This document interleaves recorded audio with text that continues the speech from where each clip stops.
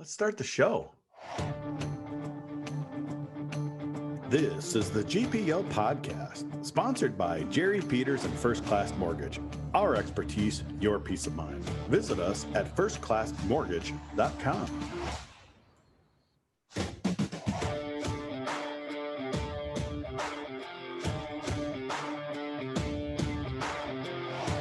Now, here's Jupe and Vigo.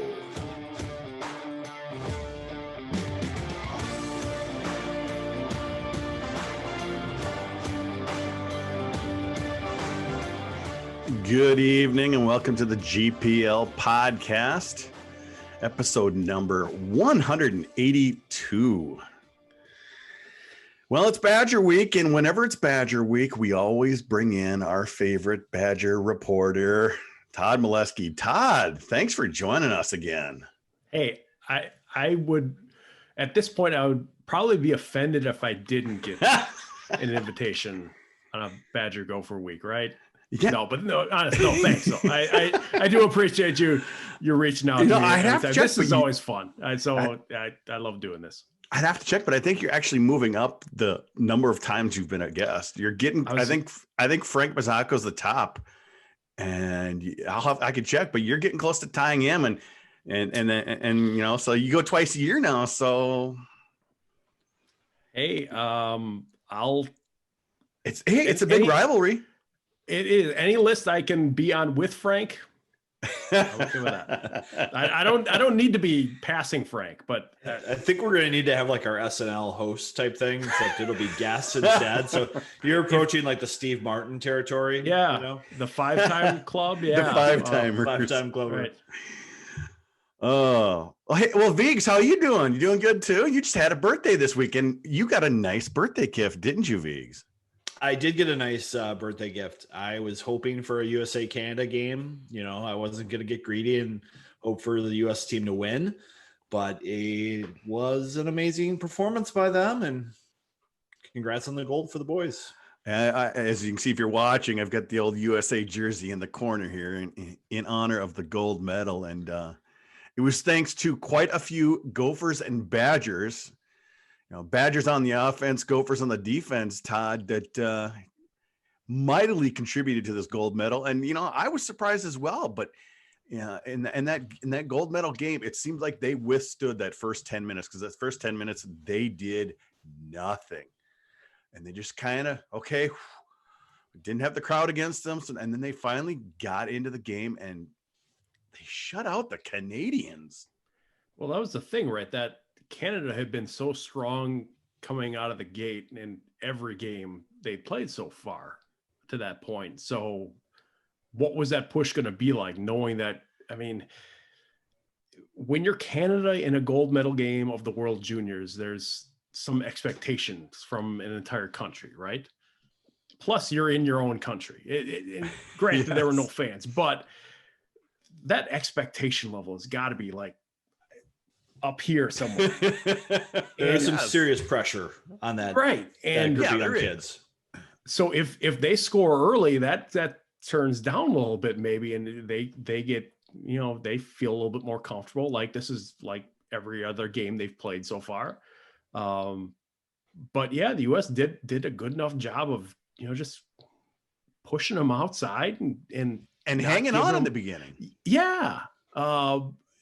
And so, yeah, none of it was pretty, I don't think, but isn't that good enough? I mean, does it matter? Well, Viggs, you know, they came in, Canada hadn't given up a 5-on-5 goal. They hadn't lost. They hadn't been losing in the entire tournament. Some say maybe their schedule was a little soft. I would disagree. They did shut out the Russians. Didn't they shut out the Russians the night before? Yeah, but I don't think the Russian team this year was as good as the Russian team usually is. They had some COVID issues with their team selection and things like that. I think what happened to Team Canada is they fell into one of those elite team traps where they're so used to scoring on the rush, they're so used to scoring on the power play, that when you don't get those chances and you have to create in-zone offense, like get your ground game going, and you're up against another elite team, sometimes you just don't have it, especially with like a group like this where they haven't played a lot of games together. That takes a little bit of sequencing. And I just think they couldn't get over that hump. And USA, I thought, did a pretty good job of extinguishing plays and relieving pressure.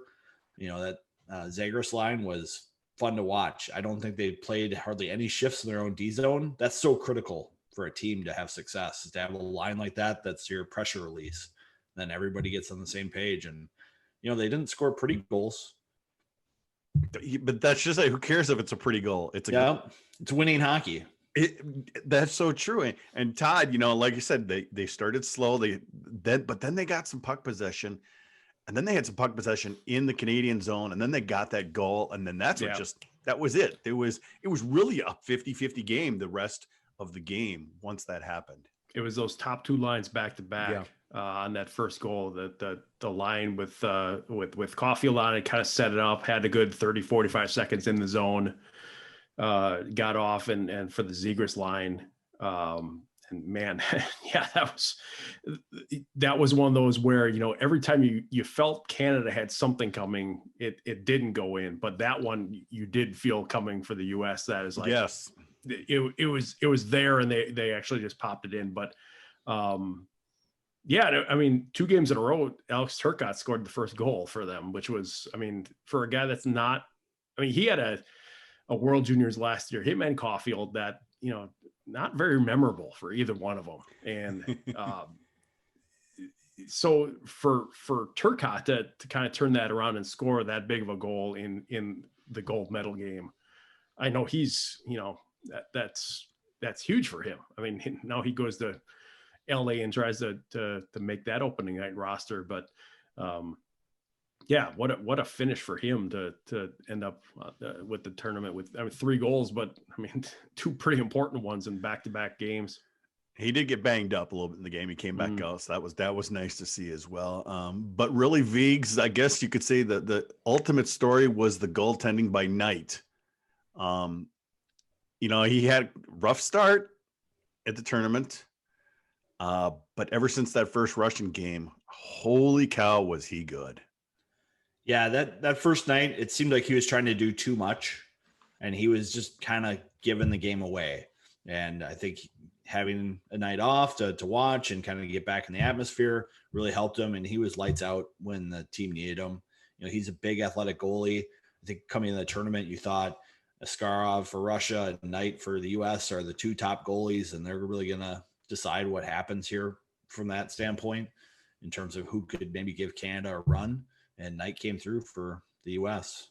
It was kind of interesting to see Askarov watch Finland get their medals when he went home empty-handed, because he did not have a good World Junior last year either. So I think for him, that was kind of a tough game to handle, because he didn't have a great team in front of him. Obviously we've got 1980 gold, Russians, communists, blah, blah, blah. But boy, I think it's a lot funner these days to beat the Canadians, Todd. It's just, it's fun. It was going through my head during that game that, I think a lot of people thought that was Canada's game to lose, that the way they had set everything up, they hadn't shown a lot of weakness, especially, I mean, maybe in a couple of games where it was out of hand and they could afford it. But then the U.S. scores, and it's like, Drago's cut.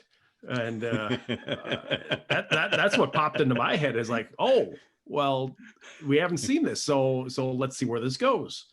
And we saw where it went. But those U.S. and Canada games, I mean, that tournament is, I mean, you can pick your game, pick your matchup, and it's like there's something exciting about almost all of them now, which is pretty cool. That, and especially this year where there's no other hockey going on those couple of days, the college, there was some stuff going on around it, but man, that you're never let's hope we don't ever get anything like that again, where the NHL isn't playing during that time and we've got no fans in the crowd. But man, it's never going to be like that again. So, I mean, to have the U.S. win it in those circumstances too, when everyone's watching, pretty good. I think it would be kind of cool for the NHL to recognize how big these games are, and put that semifinal and gold medal night as nights where the NHL's off, so they can really focus on the next wave of talent coming through. Because when I think of the USA Canada matchups, just think of how many draft picks now are playing on both sides of the ice. It used to be, Canada would have all the talent and high end picks. Now the US has almost as many picks as Canada. And it's a real fun event to watch for that. It kind of reminded me of some of those North Dakota Gopher games where, you've got 5 or 6 first round picks against 5 or 6, first round picks, and they're at Excel, and it's a big stage. And it just gets you excited for the game to see that talent play against each other. Well, it's nothing but fun. It's just good, fun hockey. And, I don't have the NHL Network anymore, but I did find a couple nice feeds on YouTube that allowed me to watch the final game. So that's something we got to get fixed, by the way. Even like I do have NHL Network on my cable package, but I can't watch it on my computer. I can't be out of the house watching on my phone. So, come on, MLB Network does such a good job with things, and they're in the same building as NHL Network. They're run by the same people. Let's get this together and get it figured out and get all of that. Well, let's talk about that TV. We obviously heard the Fox Sports North and Wisconsin, kind of the big regional networks, announced their plans for games. Gophers are going to get 10 games, and obviously Wisconsin's part of that, and you've kind of got your own package as well. But the big thing around here, Todd, is that everyone's losing FSN. We don't get FSN anymore. Dish Network dropped them. People who were streaming on YouTube, streaming on Hulu, dropped there. Now everyone's like, we want the games on the Big Ten Network. All the games on the Big Ten Network. Whereas before, it's no, let's get it back on FSN. And it's just this back and forth. And Viggs, I see you smiling because it's just, the people are getting exactly what they wanted. They're getting a lot of FSN games, and boy, because FSN is now under new ownership, they've lost quite a few carriage deals. Right. This is almost what the fans have asked for, is get all the games on FSN. And I think part of that loyalty is why Sinclair maybe overpaid for the package. And now they're in this position where they got to come up with the money in probably the hardest economy to come up for money in this day and age, because we don't know what sports are going to look like. They have all the cancellations, the shortened seasons. It's probably pretty frustrating for them, but this is the hand that's been dealt. And if you're a fan, you got to figure out a way to watch it. I know we've had people who've been telling us that you can log into some of the Fox Sports apps and use your Hulu or YouTube credentials to get into that system to maybe stream the games. You can get into the Big Ten Plus and stream the games, but it's getting more and more complicated for smaller sports to figure this out. I don't think Big Ten hockey is ever going to be a ratings driver at this point for hockey. Wrestling and gymnastics and volleyball sometimes compete just as well at the ratings for Big Ten hockey. Yeah. So it's a difficult situation, I think, for everybody. And, I think we're hearing it because Minnesota hasn't lost a game yet. And is your Fox Sports Wisconsin one of those networks that may get some kind of Bally's name or some kind of gambling name? We're hearing that this spring that some of these networks, these regional networks, are going casino on us. Yeah, I haven't heard anything specific about Wisconsin on that one, but if it's all the same package, you have to imagine there's some kind of, they would want it to be consistently marketed, right? Where it's, for the same reason why it's Fox Sports this, Fox Sports that, even though I know there are a few different ones in that family that are named somewhat differently. I don't exactly remember which ones are owned by which companies anymore, but I feel like that, Wisconsin has, there's been, interest in sports gambling here, but the government officials have shut that down pretty quickly. So I don't know if they see, similar to here. I don't know if they see an outlet for legal sports gambling here, but maybe that's not even the point anymore. It's just the, promoting the idea of that there's sports gambling going on somewhere. And you can probably make it work if you make a run over the border to, I don't know, to Iowa here. You can get there in an hour and a half, 2 hours, and throw everything down at the sports book there that just opened over the border. And I wish I knew what the strategy was there, but behind the naming, but there have been worse things named around the country lately, probably than after sports betting. I don't really know what to think anymore with those Vegas. I mean, I'm guessing schools like the University of Minnesota is not high on having their games, well, hockey games, on Bally Sports Network. I think right now athletic departments are trying to figure out how to rub two pennies together and figure out their budget. We're seeing that right now at the University of Minnesota. They're going to start allowing some alcohol sponsorships. How much they go to Anheuser-Busch and how much they go to, local Surly and Summit for advertising revenue and partnerships, but they're looking for it. Even if it's going to be, $300,000, $400,000 a year, they're trying to figure out ways to solve their budget holes because they can't go in the red. They're either going to have to take loans out to balance their budgets or do furloughs. And so they're just doing what they can to get their TV contracts fulfilled and keep the lights on. Oh, yeah, keeping the lights on. Well, we need to recap a little bit what happened this past weekend, Vigs, or past week. Let's just say the most recent two games, since we even heard some of the news conference today. The Saturday game we did this, and Jess Myers like, wasn't that the Monday game? we're all accustomed to it, so we understand it. But Minnesota, they did keep their undefeated streak going, Vigs. That's good. They faced a lot more adversity, gave up the first goal, gave up their first lead, gave up their first a couple power play goals this weekend, and actually were losing in both games. I think I think there was actually a lot of good with this weekend because they did face some of that adversity that we hadn't really seen yet. Yeah, it was a weekend where, they're still trying to figure things out.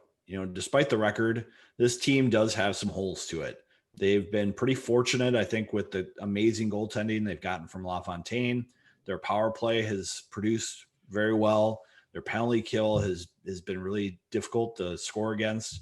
And then this past weekend, we saw some of the holes show up during the game where they got scored on.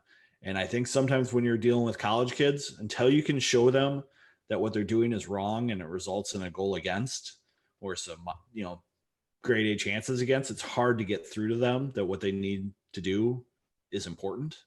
So I think it's important for this team to go through that step of seeing some failure and how to correct it and why what they do is important. And I also think it was a good weekend because I think Coach Motzko got a hold of Bryce Brodzinski a little bit and got his attention by putting him on the fourth line in the first game and then as the extra skater in the next. And he answered the bell a little bit. He looked a little bit more engaged, maybe found some magic playing with Ben Myers and Blake McLaughlin, and maybe got McLaughlin going a little bit too. I mean, I'd love to play with Ben Myers. He's a pretty easy guy to play with. So maybe that's the answer there. And then when you've got the Ranta Reedy line going like they are, you could probably put anybody with them and they'd be okay. So maybe the team is starting to figure some pieces out. Well, one thing we did see, Vigs, is Minnesota got lacrosse gold, or Michigan again. I would say this was much more difficult goal, much more pretty goal than that original one. The original Michigan one, though, was pressure situation was way higher. But boy, Johnny Walker from Arizona State, the puck bounces off the back of the back of the goal, back of the backboards, comes out, bounces right to him. He just smoothly just picks it right up. Boom. I don't know. We're not going to see a better goal in college hockey this year. I'm a little bit on the flip side. I think Johnny Walker maybe lucked out with how the puck was bouncing. And then as it was on his stick, like laying flat, he's like, oh, I'm just going to lacrosse it. I don't know if he's got a lacrosse background or anything like that, but it almost looked like he's just like, oh, well, of course I'm going to do this. He's like, that's the Well, best yeah. way to score. Oh yeah, there's obviously luck there. I mean, there's luck in all of that. The timing, where you are, things like that. But and yes, when he did put his stick on it, the puck was already flat. He didn't have to pick it up. He didn't really have to do It was much. just balancing it just right, and Well, he was able to do it with the one motion too. Whereas yes. Mike Legg had to do it, and Svechnikov, they have to do the dip down, and so you know what's happening at that point, right? You don't necessarily know what Walker was doing when he gets the puck. It happened so fast around the boards, and it just came around. It was so fast. And that's why I think Mo, kind of give him the benefit of the doubt here. Like, you just don't see that coming that quickly. Usually if there's a pause behind the net, they can maybe catch it and figure out what's going on. But he took it the right way after the game when he got it brought up. He's like, it'd be real easy to be thinking about that the entire rest of the game, but you just have to let it go and enjoy the moment and focus on the next shot. He's got pretty good attitude. He got hung out to dry a little bit for his first start. You look at some of the goals, like they just left guys right in the heart of the slot, totally uncovered for 2 of the goals. Then they had the wraparound. That last one, he lost a little bit in a struggle, but he did okay for not seeing any action. And Todd, Mr. Doogie got us again. And he was kind of part of that rally, standing right out in front, nobody there. He's going to bury it against Minnesota because he always does. That and the king of the crazy bounces, Sean Doogie, strikes again, right? The puck finds him when it's bouncing weird. I don't know how that goes for him, but yeah, that's a interesting story, the way that all turned out for him and how he ended up in Arizona this year. But I know that there were some ruffled feathers towards the end of last season with the Badgers and him. So if he gets a spot to play and play every night and play in a top line in Arizona, can play golf all year round. Yeah. Are you gonna argue with him? Are you gonna blame him? And now he can get another year out of it too because of the way everything turned out. He better get another year. Spending basically your entire hockey season on the road when you expected to be playing golf and hanging out on the ASU campus as a young athlete. He'd better take advantage of that next year. Yeah, I would think so. That would make him 6 years, wouldn't it? Wow. I don't think he's got the NHL size. Did he play full 4 years at Wisconsin? No, he only played 3. Okay, 5 years. 5 years. That's still a lot. Oh. And Todd Viggs and I have been talking about, whenever Minnesota has to go down and visit, we're doing like a podcast from Phoenix. We're just going to go down there and have some. Have to do it up. Yeah. You have to. And you don't want to be the one the series that ends up in October either. I mean, you kind of need it to be a January, February series. Yeah, it could be cold here in October, though. I love Minnesota. True, but this part of the country, October is just the best. As long as we don't get snow, I love October. My golf game might still be sharp in October. We'll see. There you go. Oh, boy. What can we do? Well, one thing we need to do is we need to hear from our sponsor.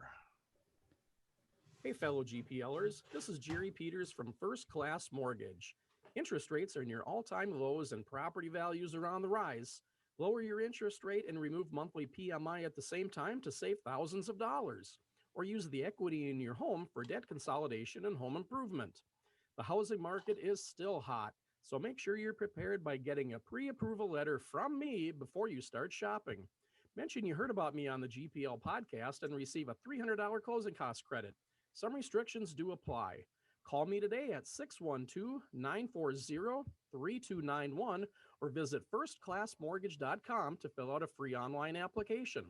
My NMLS number is 480200. First Class Mortgages is 322842. This is not an offer to lock into an interest rate agreement under Minnesota law. First Class Mortgage is an equal housing lender.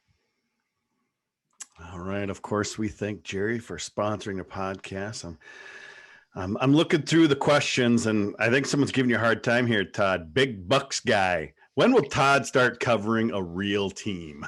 And I was going to reply to that with the Sopranos. Oh, but I decided to pass on it.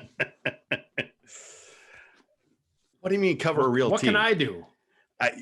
You're covering a team. That's what you do. You cover them what they're good, they're bad, they're evil or great. Whatever. Bob thinks this is a good team you're covering this year. Wisconsin's dangerous this year. They're in second place. They're not bad. I mean, you compared last year to this year, and last year has the show, right? You've got Turcotte, Caulfield, Holloway, Miller, Kalnug on the rise. And you think, well, this is the team that's got to do something finally for the Badgers. And obviously it didn't end up that way. And then you're thinking, well, these guys are gone and what's left? Well, what's left is a more balanced team that knows how to, and a little bit older, that knows it has to work a little bit harder for what it wants. And I think they took that to heart over the offseason, whatever the offseason was for a lot of those guys, because it's weird for everyone. But there's a little bit more grit in the game from them this year than last year when it was the Flash. So that's not saying they don't have talent. I mean, you put Caulfield and Holloway out there. And Sam Stang is a really good young guy. He's going to be good in a few years. And the depth that they have, the older guys that they can put out there, it's a pretty good group. I mean, what I wanted to see at the start of the season to know whether they're going to have a chance is if they had better goaltending, because let's face it, that has been a sore spot for years with the Badgers, which is hard to understand because it had been a bright spot for so many years before that. Decades. Sure. Right. Decades. And they just hadn't found the right pieces to be. I don't even want to say they needed someone to be a superstar in goal. They needed someone to have a 900 save percentage and just get over that.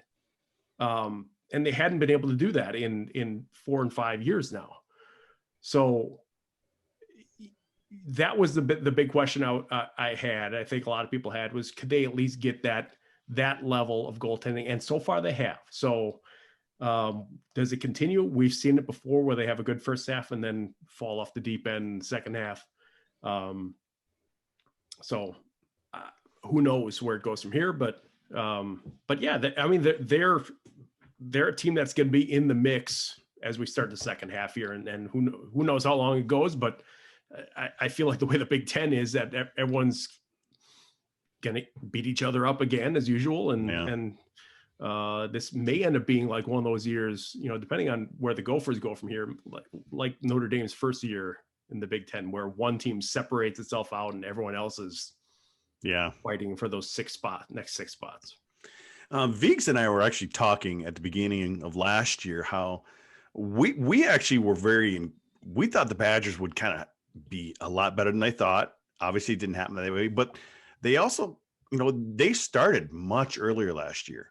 They had that that international or some kind of tournament, didn't they have? Right, where they got to play. They played way early. So they kind of got a team going long before anyone else. And we were kind of both surprised at what happened, after that, because, they had that extra time to gel that all the other schools didn't get. I felt like they got off to a pretty good start last year, but as the season wore on, you just saw so many mistakes and players who were not invested. Coaches talk a lot, win faceoffs, block shots, play physical, be difficult to play against, don't commit turnovers at the blue lines. And when you watch Wisconsin that second half last year, you didn't see a lot of that. They just didn't seem engaged in playing winning hockey. They were out there looking to, develop their skills and be ready to sign pro contracts and looking ahead rather than embracing the game right now. And I think that's one of the things that Minnesota that's flipped. where a couple of years ago we saw Minnesota on the other end of that, where players were not engaged in doing the things that it takes to play winning hockey. The players were developing, they were scoring points, they were going on to play pro hockey, but they weren't successful to get over the hump. And you just got to have that right mix of talent and grit to be a good hockey team in college hockey. And I think having those older players who've been through it, it can sink in a little bit more, and they can be the vocal players on your team that get everybody to elevate that part of their game. Todd, do you think that that could have been some of the issues with Sean Doogie? You know, he's one of those guys. It's like, obviously he's a team guy, and maybe he wasn't seeing that by a lot of the youngsters last year. I think there was a couple of issues there. While it's never been told to me this way directly, I've heard kind of through some different channels that there was a blowing up in the last series of the regular season at Ohio State between Doogie and the coaching staff in the locker room. And it got to be where I don't think anyone thought it was a tenable situation after that. And because he was coming back from an injury, and he was supposed to be able to play that weekend. And Tony Grano told me that week before that weekend, yeah, he's going to play. We need him in the lineup. Well, they were on a little bit of a mini roll. They had just swept Arizona State, I think, at home. They went in there and I think they won the first night. And so they wanted to keep what they had going into the playoffs. And so they didn't put Doogie into the lineup. And well, that obviously doesn't feel good when you're a junior and your coach tells you, yeah, you're going to play. And then no, you don't end up going in. So there was that dynamic to it. And yeah, I mean, I do think there were guys that didn't have that team mentality. I don't know if he was one of them, because he was the first to point fingers at himself when there was a problem. So I at least with us in the media. And so I didn't see that directly out of him. But you never know what things are going on inside the room, or when guys are just, 3 or 4 of them are together and talking about other guys. There could have been something there. I don't know that for sure, but yeah, there were guys that did not buy into it, the team concept, like Viggs was talking about, being different now for the Gophers, that hard to win like that over a 6-month season. You can win like that in stretches where you just have talent and you beat another team, but to do that consistently and to keep that going over a long stretch, that's tough. And I think too, sometimes players and coaches get in this point where there's different rules for different players, or there are different expectations for other players. So you can see a kid who's a first or second round draft pick maybe get a little more slack than somebody else, or, keep getting power play time when maybe they're not producing and the other players are thinking that should be my spot. He's not getting it done. Why does he get this much slack and I don't get any? You get these conflicts that come up, and it can be a wedge, especially if, you're going up and down on a roller coaster season, and that makes it difficult. It does indeed. But one thing, as a fan, we always want the Badgers to stink. To an extent, but that's just it, to an extent, because when all of us think of the big picture, we need the Gophers to be good. We need the Badgers to be good. Yes. We need Michigan to be good in the Big Ten. We need those 3 traditional teams to be good in the Big Ten, for the Big Ten to start getting some gravitas, because, that's one of the things. Oh, the Big Ten, they still stink. They don't, but we kind of need one of those powerful Michigan teams, Minnesota teams, Wisconsin teams again, to bring some of that gravitas back. I think we see in a lot of areas of our society today that false narratives take hold, and they are incredibly difficult to shake. That's all I'm going to say in that direction. But I'm spinning that in that 4 years since 2013, people have wanted to take shots at the Big Ten, right? Because, you know, what have you guys done? Where are your national championships? What's, you know, you're getting one team in the tournament, you know, what compared to the big projections, where is it? And especially when you have the NCHC going gangbusters on the other side. I feel like it's been tough for the Big Ten to shake that. I feel like they're starting to turn a little bit. Now, is it going to reach the common fan who only knew, you know, from Wisconsin, only knew North Dakota and Denver as rivals and don't see Michigan State and Penn State as rivals in hockey? I don't know. I feel like there's always going to be that some animosity left over. But the farther away we get from it, and the next generation will come and only know Big Ten hockey. I mean, we're already getting guys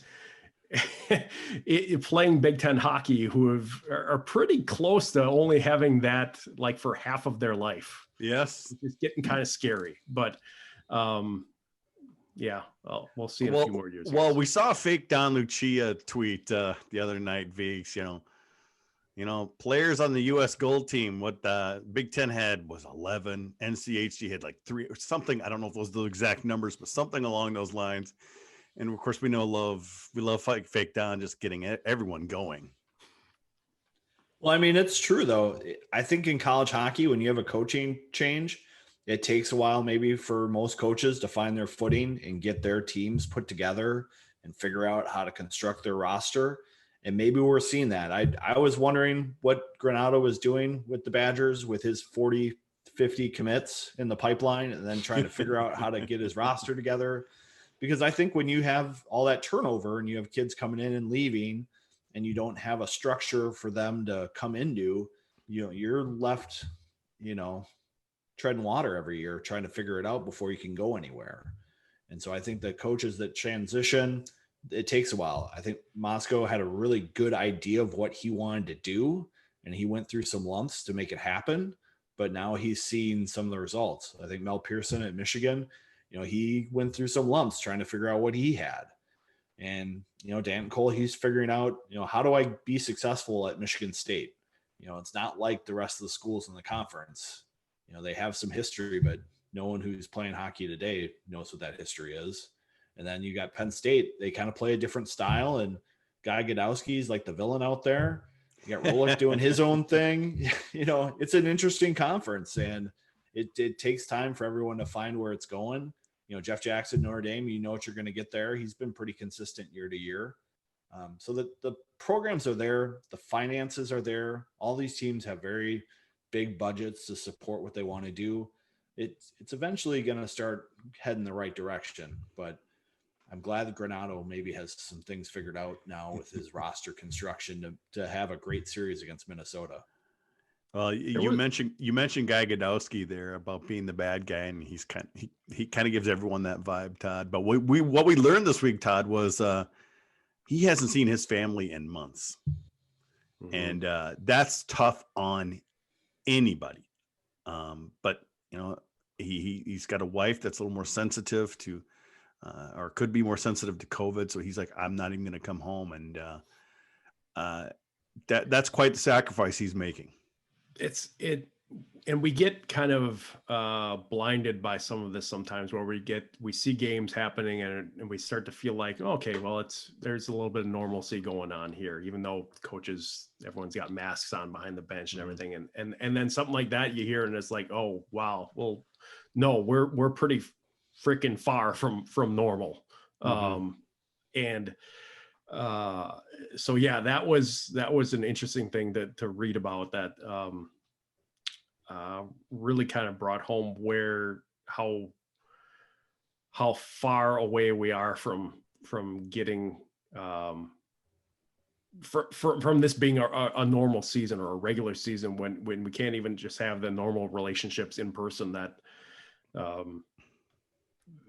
in a family that we would normally have. And so, yeah, that was, eye-opening.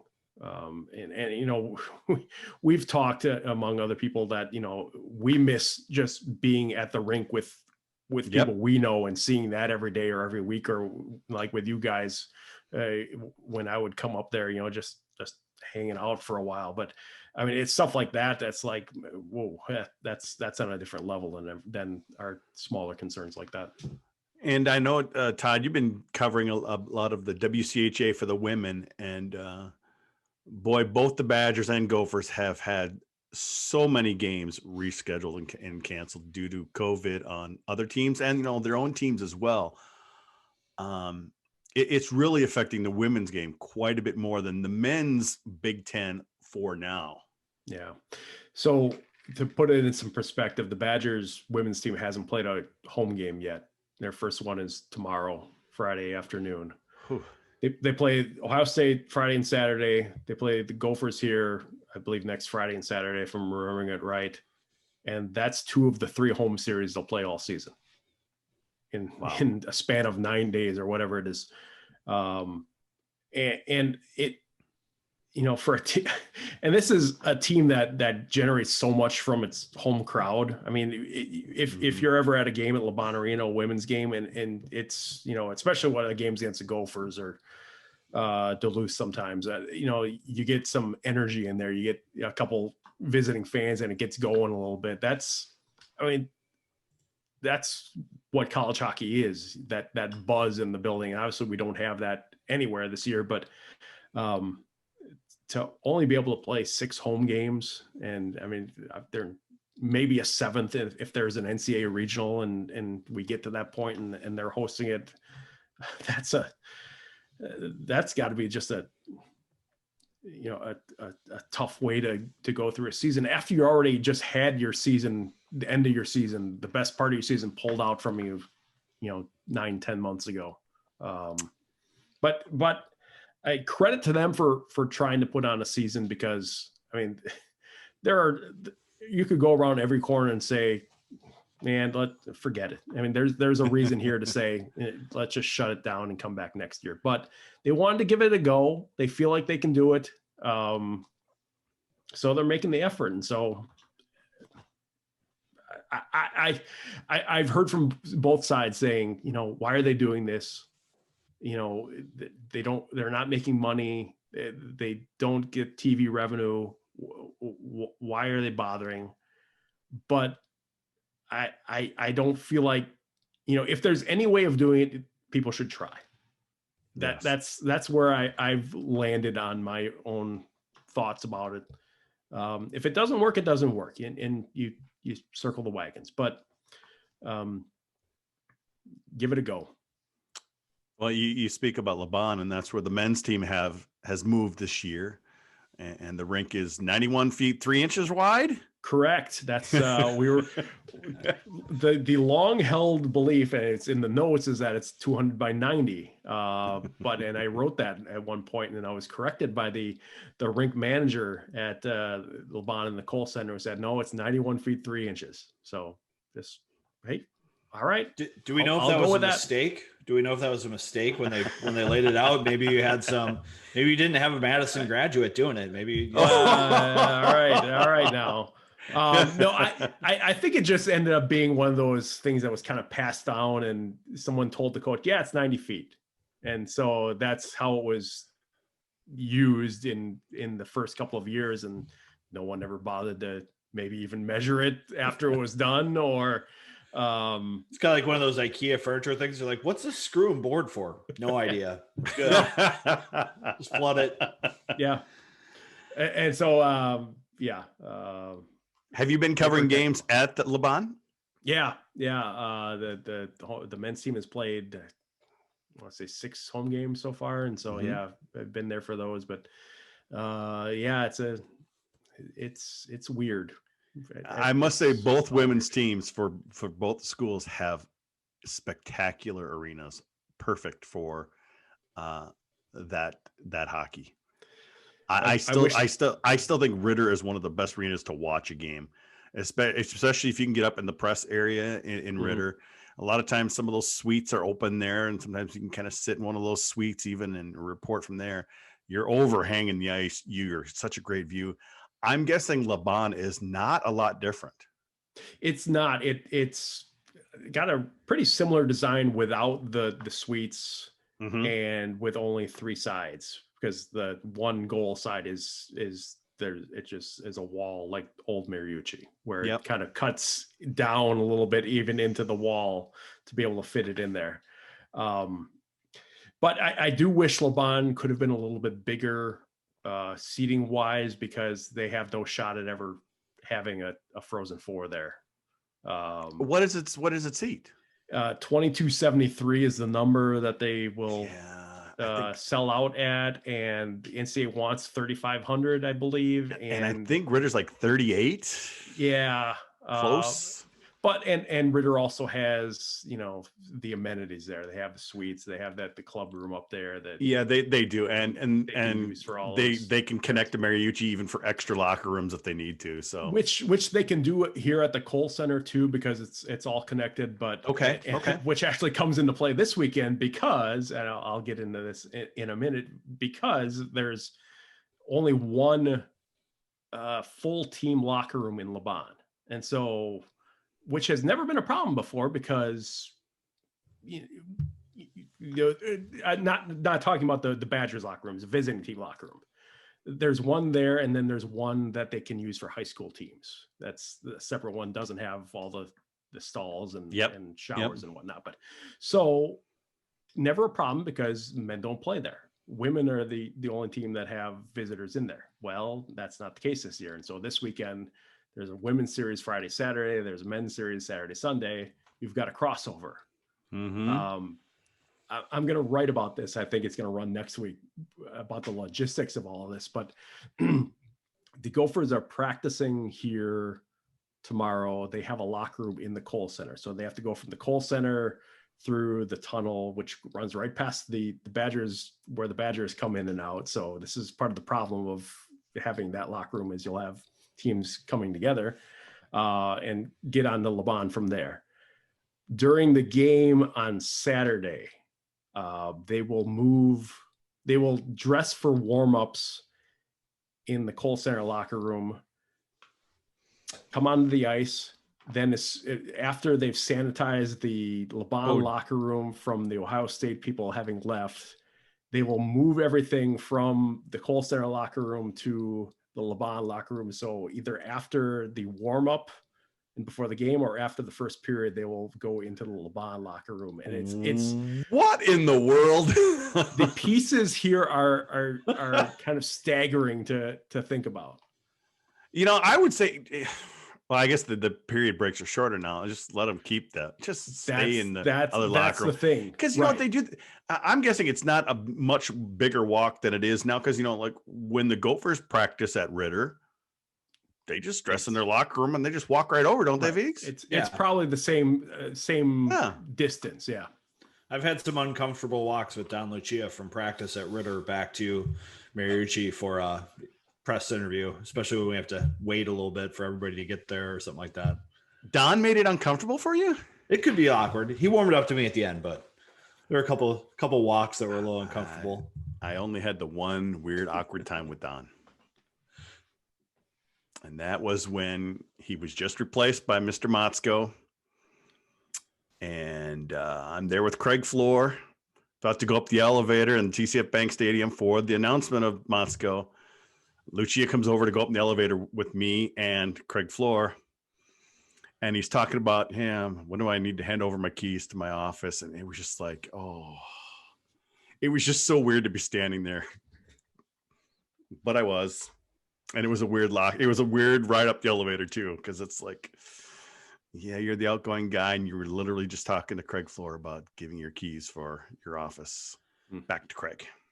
I almost wonder though, did he have a little grin on his face? Like he's like, yeah, it's okay to hand over the keys. I'm ready to go to Italy with my wife and do wine tasting and hang out with the grandkids. I think Don was ready. Okay, guys, let's talk about this weekend. Gophers coming in 10-0. Badgers coming in around 500, at least in the league, Todd, with all the 5-0, 5-2, all these Yeah, 5 Shootout 2 loss 1 I don't know what the 90210. code Yeah, is. I exactly. think it's kind of thing that I have to get off of my phone and enter into these websites when I log in sometimes. But Vigs, this team has obviously been playing well. They played this past weekend. Wisconsin hasn't played in a while. Minnesota Long needs to take break. advantage of that, Vigs. Yeah, I think so. I think Minnesota has a couple lines going really well right now, and they're going in a way that I don't think they need to score on the rush or the power play to be successful. I think they're going to generate pressure in the zone. I think Reedy and Ranta are playing maybe as best as any pair I've seen for Minnesota in a couple of years. I mean, I can't really think back and have a pair come up that's playing as well as they are right now, and they just dominate possession. They get pucks to the net, and they're always dangerous. And I think the Badger D will have their hands full with those two. And if McLaughlin can get going here, playing with Ben Myers, that could be a dangerous group. So I think Minnesota is on the up and up, getting their defensemen back. I think this weekend you won't see a drop off from those guys. They're still going to have the adrenaline pumping, especially having teammates on the other team that are now opponents. They'll be ready to go. And I think Minnesota is probably going to come out with 2 wins here. Jack will probably see both games. He's been playing outstanding. Even when he's had time off, he's been sharp the next time out. So I think it'll be entertaining hockey, though. I'm really interested to see if Caulfield's play carries over, because I felt at times last year it didn't. He had so much talent, and he was really good on the power play, and he was really good when he had space. But I thought he had trouble a lot of time last year in Big Ten. So I'm interested to see how he plays in this game. Todd, when is the last time the Badgers officially played? December 4th. And I'll give you this. I had looked it up Wow. earlier today. This is the longest stretch without a game when you include exhibition games, because a lot of times they would play, the under 18 or the U18s or someone over the break. The longest stretch without a game in mid-season since 1930 something. And all because your Michigan State series was nixed right at the end there. Right. They were supposed to play Tuesday, Wednesday. I think the same nights the Gophers were playing Michigan. Correct. I'm remembering it right. Yeah. And then that got postponed because of COVID tests on the Badger side. So yeah, they had to bus home and 2 buses, and whoever was positive had to go home in a car service. And it was that's not good. Yeah. It's the way it works though. So do you get a bad Uber rating when you, I would imagine that, having COVID probably decreases your stars there. Yeah. Well, what are you expecting then, Todd? I was going back today because I was trying to write my preview, and I was like, when's the last time I saw this team? And what do I remember about it? And because they played on the road and I wasn't at that series at Ohio State, it feels like forever since I've seen them. And what they left with was they got swept by Arizona State here before they went and played Ohio State and split there. But those 4 games, they were without 4 forwards who were out with COVID protocol and Dylan Holloway. So 5 forwards down, including your top 3 centers, maybe not top 3 centers, but 3 of your top 4 centers. So it was a skeleton crew those couple weeks. And that first weekend against Arizona State, they were just they hadn't figured it out at that point. And so I don't, as much as that's going to cost them in the end, I feel like in how you're comparing teams this year, I don't feel like that was a great judge of the Badgers just because of what they didn't have. Definitely not. So I go back to like, okay, what am I going to see here this weekend? Well, I feel like, if Caulfield and Holloway come back and are at, their normal levels, this is the first time they'll be back at full strength as a team or full roster since that first series they played at Notre Dame, which they looked really good in that series. They swept both games, or they won both games. So I feel like they will have a chance to do something this weekend. I just don't know. I'm having watched the Gophers this last couple of games. It just seems like a team that's got the swagger back, and it has the, if something goes wrong, we'll fix it. And that to me is where you get a team that ends up being a regular season champion and can go over the long haul when you can figure out what's going wrong in the moment and fix it, because a lot of the teams have to do that the next day and fix it, and they can't adjust in the moment. I feel like I've seen that from this group, that, we can recognize what's wrong. We're not going to panic. Just go out and have a better shift the next time. So I don't like picking sweeps, because I think it's really hard to sweep, but I would not be surprised seeing the Gophers sweep here and keep that roll going. And Viggs, boy, if they sweep, they're way ahead in the Big Ten standings. It could be not technically over, but they would have a large lead, Viggs. It'd be a large lead. They still have a lot of things to work on, though. I mean, this is not a perfect team. I do agree with Todd, though. This is a team that when they have had things go wrong or whatever, they've been pretty good at showing some resiliency, and they've talked about it. On the bench, people are more vocal. They're more comfortable getting everybody back in line to play what you have to do to have winning hockey, and they play percentage hockey. This is a team that turns a lot of pucks over for long stretches of time. This is a team that doesn't come out and have a bad 10 minutes.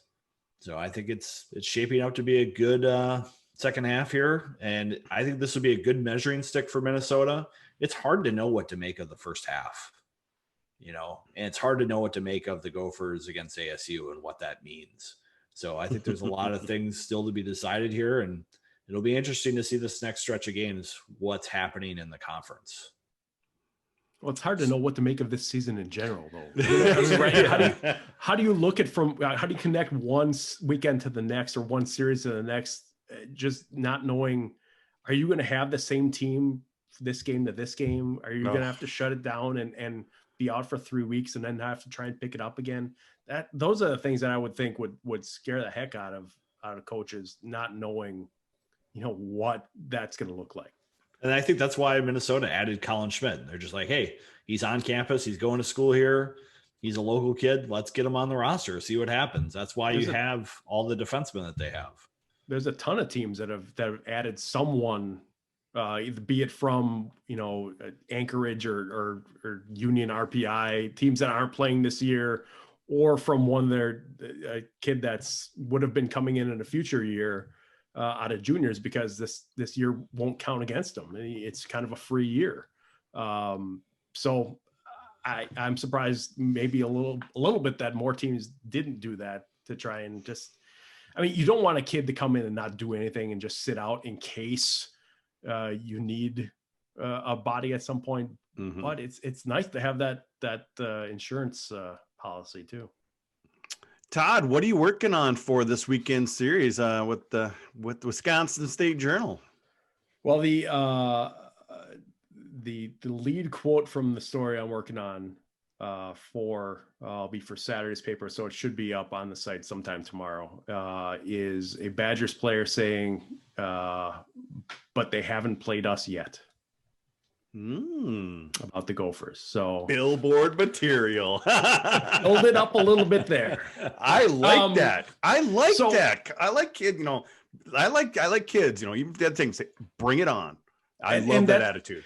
And that came out of, I was talking about how I had seen in our Zoom with the player that, I'd seen this swagger back out of Minnesota, and it's, something that I remember seeing out of, guys like Crowley and Bonin. And those guys back in that era, that is just like, you just said my boy's name. Crowley's my all-time favorite player.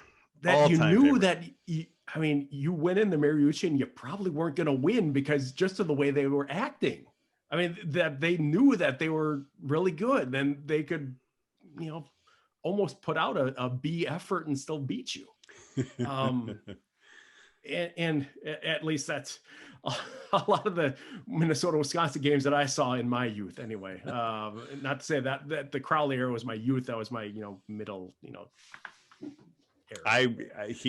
Well, Crowley went to my high school, and he was after me. I think I was a senior when he might have been a freshman or something like that. So, but still, I mean, I thought he was magic at Minnesota. He's 1 point from the defenseman record in points at Minnesota, and he played 3 seasons. And Richards, who has the record, played 4. I will always have him as my all-time favorite player, and it'll be tough for someone to beat that. Yes, but so I was bringing up that swagger, and the players that I was talking to were kind of saying, talking about, yeah, we're all right. We think we can play with them. So they do have that kind of, they're trying to come with that same kind of attitude to it, which I think is a great way for the series to go in on both sides. I love that. I just love that. It's just great. Well, I'm picking sweep. I mean, of course I'm picking sweep, right, Viggs? I've picked sweep all year and I've been doing pretty well. So I got to keep it going. You can't go wrong. And if they don't, hey, they don't. Because, Moscow said it today, Viggs. We're going to get punched in the face. It's going to happen. It could happen at any time. They got a little punch in the face by Arizona State. The Badgers could easily do it this weekend, Viggs. I think if Minnesota has a game like they played in the second night against ASU this weekend against Wisconsin, Bucky's going to get OW. Mm-hmm. You can't play that way against a team like Wisconsin. There's just too much talent on that team. And if they get a lead and would stretch it out, I think it would be tough. I do have to throw this one in there. I looked it up. The last time the Gophers were number 1 coming here, the Badgers were also number 12, same as the rankings they are now. Badgers won a couple of 2-1 games. So bring it. History, I don't know what it means, but those are the kind of things I love looking up. We need some more rivalry. We need to kind of amp this up a bit. This would have been a great year for that. They were talking about, having the local or the closer teams play 6 or 8 times. This would have been a great year for that, wouldn't it? Oh, I can't disagree with you there. Would have been nice. Yeah. Well, thanks for joining us, Todd. It's always great to have you on the podcast. Absolutely. I'm glad you guys invited me. I will do this anytime. And we'll definitely have you back for when the Badgers come here down the road. That's going to do it for this week's GPL podcast. Obviously, we want to thank Todd Milewski for joining us on the podcast. We'll be back next week to recap the Badger series and preview the series with Notre Dame coming to town. For those of you currently watching on YouTube, stay tuned. We'll have a little bit of overtime coming up next. For the rest of you, we'll see you next week. Thanks for listening.